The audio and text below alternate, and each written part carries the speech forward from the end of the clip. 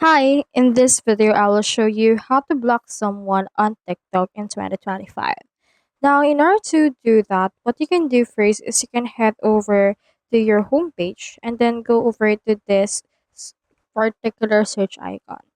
Now, for that, just head over and then search for a specific user that you want to actually block. Now, in here, I'll just block a particular user, like for example, in here, this. So, in order to block them, what you can do is you can just click over to this expand button that you can see right here, and it should be able to show you in here this. So, what we can do is you can either follow them or the likes. However, you can also click onto the share option, and in here, you can see the block option, report, as well as a QR code. For this one, head over and then go to the block and then click on this block option. And after that, as you can see, we have now blocked this person. So that's all there is today, and I hope this video helped you out.